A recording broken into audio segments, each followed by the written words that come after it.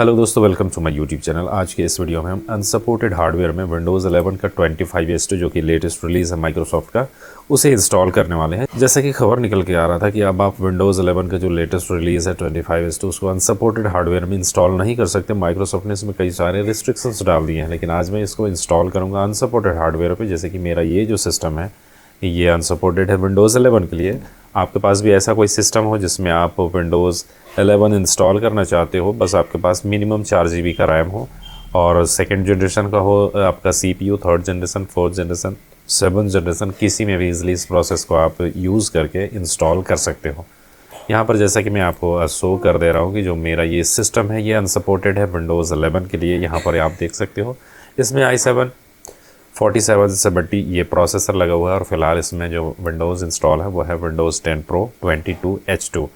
तो हमें सबसे पहला काम क्या करना है, हमें विंडोज़ 11 का जो लेटेस्ट रिलीज़ है 25S2 उसके ISO को डाउनलोड करना है। इसके लिए आप कोई भी ब्राउज़र ओपन करना, यहाँ पर सर्च करना विंडोज़ 11 25S2 ISO और ये जो माइक्रोसॉफ्ट का ऑफिशियल वेबसाइट है आपको यहीं से डाउनलोड करना है। यहाँ पर आप देख रहे हो वर्जन 25H2। यहाँ पर 3 ऑप्शन आपको मिलेंगे। एक इंस्टॉल असिस्टेंट है, यहाँ पर डाउनलोड करोगे ये ऑटोमेटिकली इसको अपग्रेड कर देगा इसमें, लेकिन हमें और दूसरा ये है मीडिया क्रिएशन टूल है, इसके हेल्प से आप बूटेबल बना सकते हो।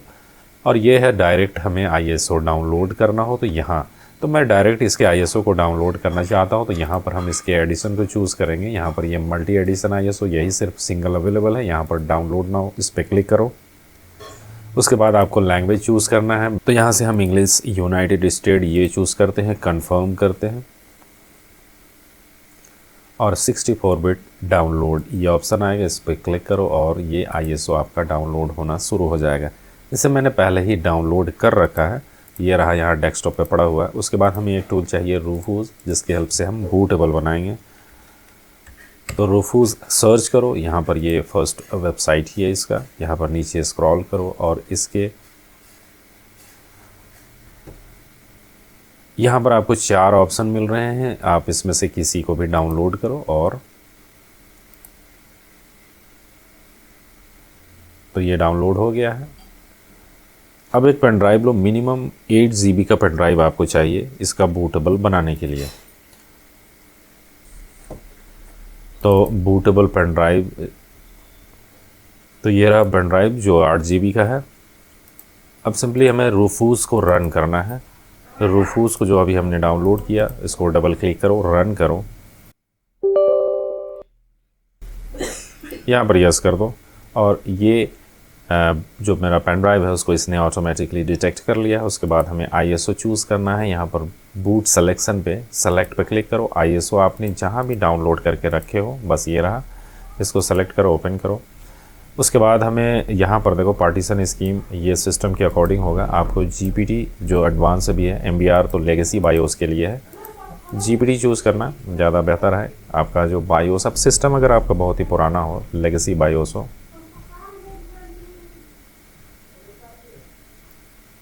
यस कर दो यहाँ पर अगर कोई अपडेट आ रहा हो तो, ख़ासतौर से UEFI का। उसके बाद देखो यहाँ पर GPT चूज़ कर लेना। GPT चूज़ करने के बाद देखो ये भी डिपेंड करेगा कि आपका जो सिस्टम है वो आपका अभी फ़िलहाल वो किस पार्टीशन स्कीम को सपोर्ट करता है, तो यहाँ पर आप वो चेक कर सकते हो।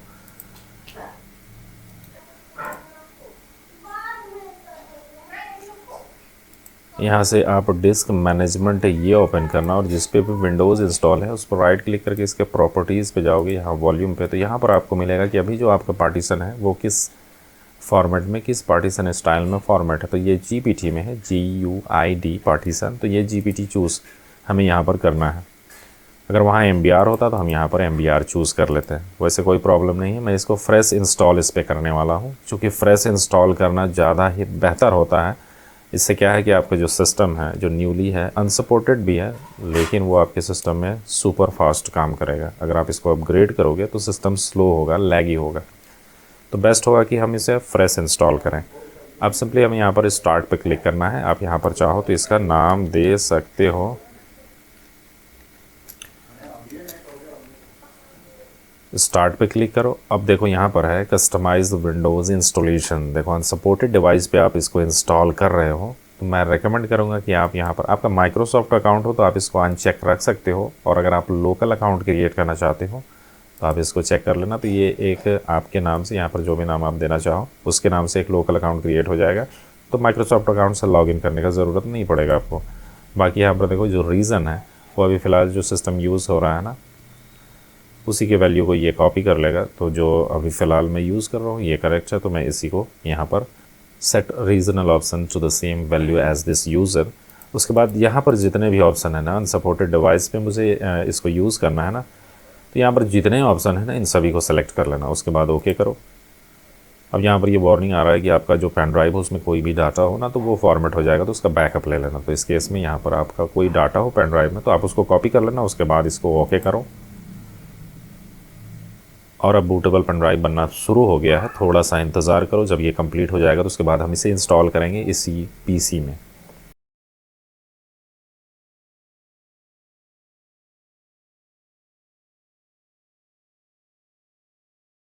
ओके, तो प्रोसेस कंप्लीट हो गया है। बूटेबल पेन ड्राइव अब रेडी है, इसको क्लोज़ करो। अब इसके बाद हमें सिस्टम को रीस्टार्ट करना है और बूट करना है पेन ड्राइव से। इसके लिए हमें टेम्पररी बूट मेन्यू ये सेलेक्ट करना है। ये हर सिस्टम में अलग अलग होता है। मेरे में F9 फंक्शन की को जब मैं प्रेस करता हूँ तो मुझे boot menu, temporary boot menu select करने का ऑप्शन मिलता है। अब यहाँ से हम अपने पेन ड्राइव को चूज़ करेंगे, जो कि बूटेबल पेन ड्राइव अभी हमने बनाया था। उसको सेलेक्ट करोगे तो आप बूट कर जाओगे इस पेन ड्राइव से।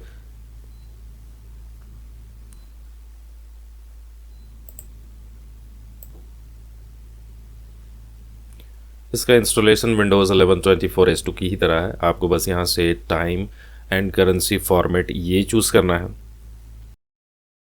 उसके बाद नेक्स्ट पे क्लिक करो। यहाँ पर अपना कीबोर्ड लेआउट ये चूज़ करो और इस पेन ड्राइव से आप विंडोज़ को रिपेयर भी कर सकते हो, लेकिन हमें इंस्टॉल करना है तो यहाँ से हम एग्रीमेंट एक्सेप्ट करेंगे, नेक्स्ट करेंगे। और अभी हमें आई डोंट हैव प्रोडक्ट की, इसको क्लिक करना है। अगर आपके पास प्रोडक्ट की हो तो आप यहाँ पर डाल सकते हो।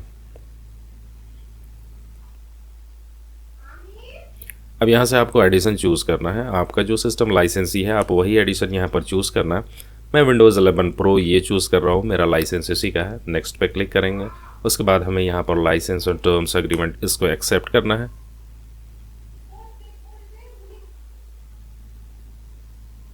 अब देखो सबसे इम्पॉर्टेंट पार्ट ये है, यहाँ पर चूँकि मैं फ्रेश इंस्टॉल कर रहा हूँ तो अभी हमें अपने ड्राइव को आइडेंटिफाई करना है कि कौन सा विंडोज़ का है, कौन सा मेरा डेटा का है। तो मैं सब में लेबल दे रखा हूँ, इसलिए मैं इसे आसानी से पहचान सकता हूँ। और ये मेरा पेन ड्राइव है, तो डिस्क 0 है, उसको मैं कम्प्लीटली डिलीट कर दूँगा जितने भी पार्टीशन इसमें हैं, क्योंकि मेरा ये 128 GB का 256 GB का ये ड्राइव है और इसमें कम्प्लीटली विंडोज़ ही इंस्टॉल है।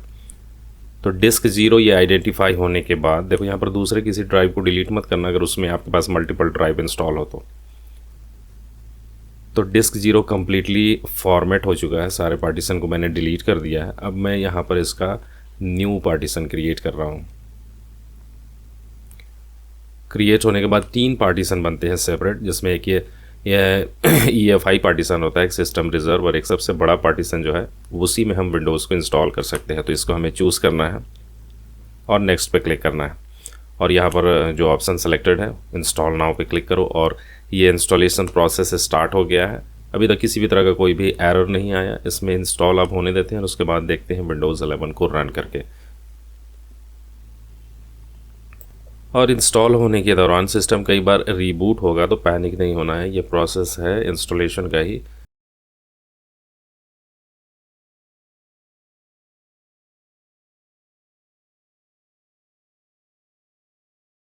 तो सिस्टम रीबूट हो तो इसके बाद आपको पेन ड्राइव का ज़रूरत नहीं है, आप चाहो तो पेन ड्राइव को रिमूव कर सकते हो।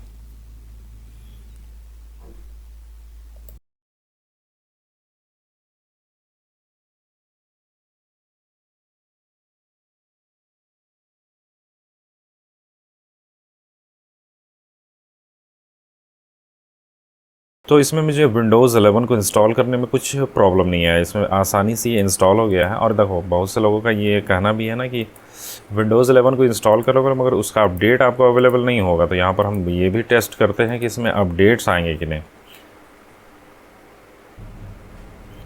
तो जैसा कि देख रहे हो कि अपडेट्स वगैरह भी सारा कुछ आपको मिलेगा, मतलब कोई भी प्रॉब्लम नहीं है इसमें। मैं इसका वर्ज़न दिखा देता हूँ आपको। और जैसा कि आप देख रहे हो यहाँ पर विंडोज़ 11 का वर्ज़न 25H2 इंस्टॉल हो गया है। मेरा जो सिस्टम है वो अनसपोर्टेड है। इसमें आप यहाँ पर देख सकते हो वही प्रोसेसर है i7 4770 और इसमें विंडोज़ 11 प्रो 25H2 इंस्टॉल हो गया है।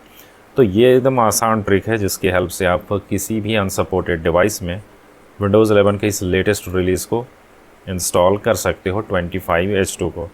तो आई होप कि ये वीडियो आपके लिए हेल्पफुल हो और आपको पसंद आया हो तो इस वीडियो को लाइक करना, मेरे चैनल पे पहली बार आए हो सब्सक्राइब करना और मिलते हैं अगली वीडियो में। तब तक के लिए गुड बाय।